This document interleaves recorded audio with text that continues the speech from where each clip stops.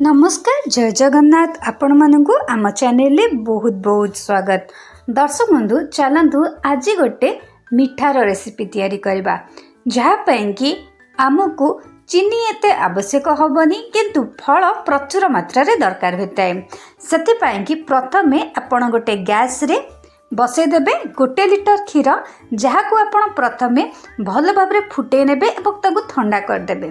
ठंडा कर सारिला परे आपण पुणी थरे क्षीर को गैस उपरे बसैबे एवं सेथिरे आमे कस्टर्ड पाउडर गोटे मिक्सचर बनईचे से ही मिक्सचर आमे गोटे गिनारे 4 ରୁ 5 चमच नहींचे कस्टर्ड पाउडर एवं जेतेबेले आमे क्षीरटा फुटेकी ठंडा करिया को रखिथिले से ठंडा क्षीर को आमे एही कस्टर्ड पाउडर रे दबा एवं ताकू गोलेकी गोटे मिक्सचर तैयारी करिबा।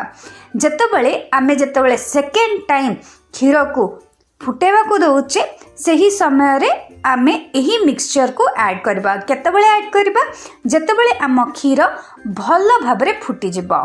क्षीरटी भल भाबरे फुटी सारला परे आमे गैस को प्रथमे लो मीडियम फ्लेम रे करिकी क्षीर को किंबा आम कस्टर्ड रो जो मिक्सचर अछि ताकू आमे फुटेवा को दबा। एहा परे देखिबे जेतेबेले आपन को क्षीर 30% भल भाबरे फुटी गलानी एथिरे आमे दबा 1 ରୁ 2 चमच चीनी। आपन जदि चाहिबे ताहले मीठा आपन बढ़ी परिबे किंबा कम करि परिबे।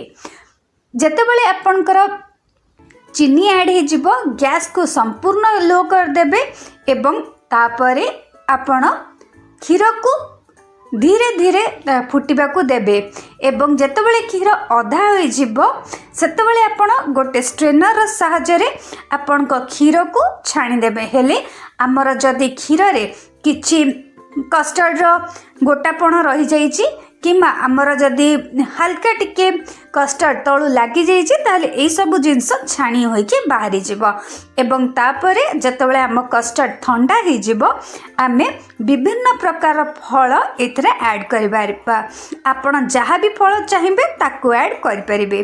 जिपे एतिकी रहुछि। नमस्कार जय जगन्नाथ।